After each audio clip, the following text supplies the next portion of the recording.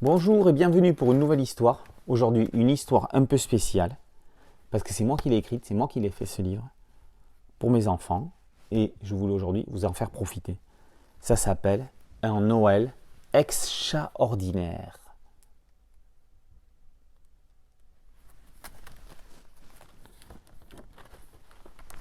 Un Noël extraordinaire. Tu vois le petit chat caché derrière le sapin?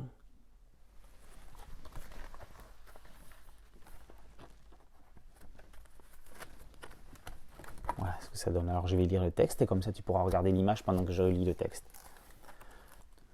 Qui n'a jamais rêvé de fêter un Noël sous la neige? Pour la première fois, un manteau blanc recouvrait la demeure d'Anton et de Katrina à Kerak. Dans la maisonnée, les enfants finissaient de décorer le sapin.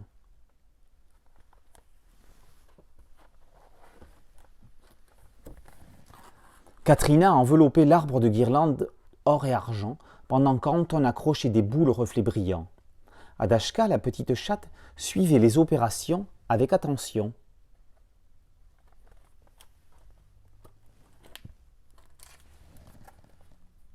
Pendant ce temps, maman préparait de délicieux sablés, tandis que papa se débattait avec des guirlandes lumineuses et installées autour des barreaux de l'escalier. Là encore, on pouvait compter sur Adashka pour donner un coup de patte.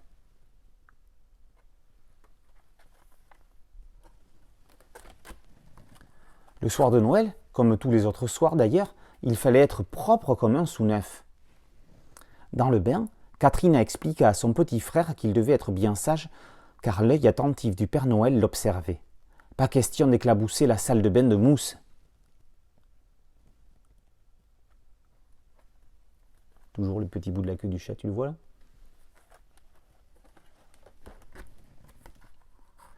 À la cuisine, Adashka surveillait la préparation des assiettes de saumon fumé d'un air pas tout à fait désintéressé. Maman déposait les rondelles de citron dans les assiettes en prenant garde à laisser une distance raisonnable entre le poisson et le museau de la chatte.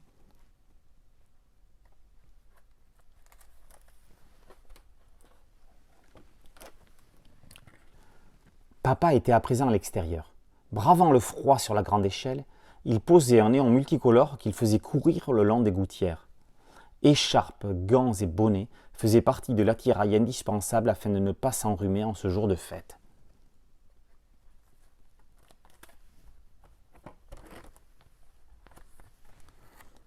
Une fois les préparatifs terminés, la famille au grand complet s'installa à table. Une gamelle de croquettes spéciales aux noix de Saint-Jacques était même prévue pour la petite bestiole espiègle en noir et blanc. La place d'Anton était facilement reconnaissable au monticule de miettes et détritus qui se trouvaient sous ses pieds.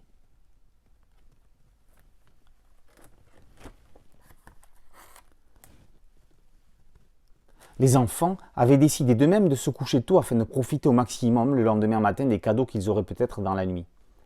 Afin qu'il ne se relevât pas 50 fois, Catherine a précisé à Anton que le Père Noël ne venait que si l'on dormait. De plus, on ne pouvait pas le voir la nuit de Noël quand il distribuait les cadeaux.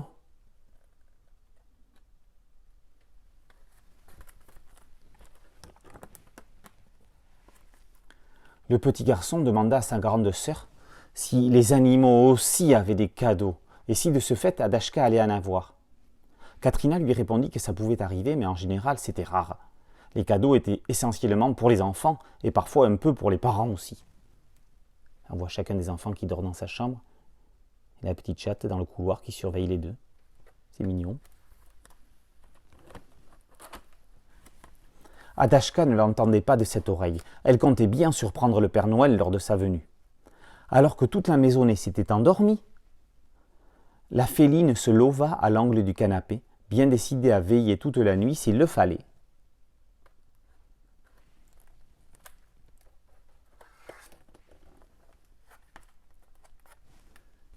Sur le toit de la maison, des bruits de bottes crissèrent dans la neige. Le Père Noël venait de poser son traîneau au 21 de la rue du Docteur Donèche, mais il se trouva confronté à un problème pour lequel il lui fallait vite trouver une solution. Il n'y avait pas de cheminée dans cette maison. Comment allait-il faire pour y entrer? Soudain lui vint une idée. Une de ces idées lumineuses que seuls les Pères Noël pouvaient avoir. il allait se transformer en rainette. Cela lui permettrait de s'immiscer dans la maison par le rideau roulant du garage. Abracanoëlabra! Le vieil homme au manteau rouge avait laissé la place à un minuscule batracien vert avec un minuscule manteau rouge. Hop, hop, hop! La rainette de Noël bondissait déjà dans le salon. Elle commença à installer, comme par magie, des cadeaux au pied du sapin. C'était sans compter sur l'œil vigilant d'Adashka qui surveillait tous les mouvements de la bestiole. Le fauve noir et blanc s'apprêtait à bondir sur le drôle de lutin coloré.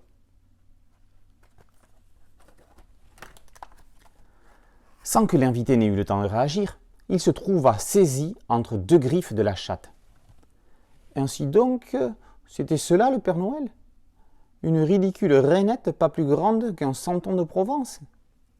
Adashka se pourléchait déjà les babines en pensant à ce repas de Noël qu'elle comptait bien engloutir.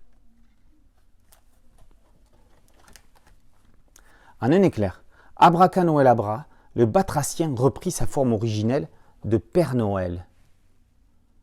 Il pardonna tout de suite au matou, reconnaissant qu'il était normal que l'instinct animal ait pris le dessus. Il ne lui restait qu'à finir d'installer les présents et à repartir comme il était venu. Adashka lui expliqua que le plus beau cadeau qu'il pouvait faire, outre des croquettes pour elle, était de faire revenir Oyan, le petit chien de la famille disparu l'été dernier. Le Père Noël rétorqua que ce n'était pas possible, car un de ses rennes était tombé bien malade, qu'il ne pourrait pas reprendre son travail et que Oyan était le seul apte à le remplacer, afin que tous les enfants du monde puissent avoir leur cadeau.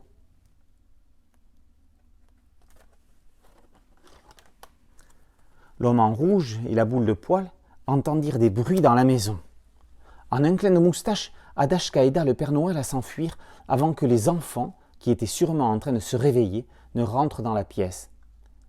La chatte referma la fenêtre de la cuisine derrière le visiteur, effaçant toute trace de sa venue. Les enfants qui arrivent dans le couloir et le Père Noël qui s'en va par la fenêtre.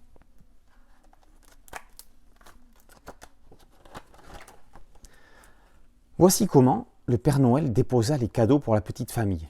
Il y en avait même un pour Adashka.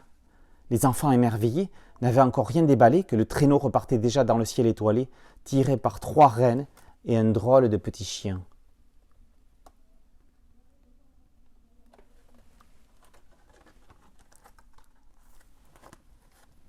Fin.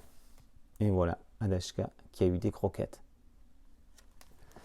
Voici ce livre que j'ai écrit, un Noël extraordinaire. Alors voici maintenant les questions. En quoi se transforme le Père Noël pour rentrer dans la maison? Deuxième question. Qui tire le traîneau du Père Noël avec les rennes? Et troisième question. Comment s'appellent les 2 enfants de l'histoire? Voilà. J'attends tes réponses. Dis-moi si tu as aimé ce livre plus ou moins que les autres, parce que c'est moi qui l'ai écrit. Et je te dis à très bientôt pour une autre histoire. Ciao, ciao!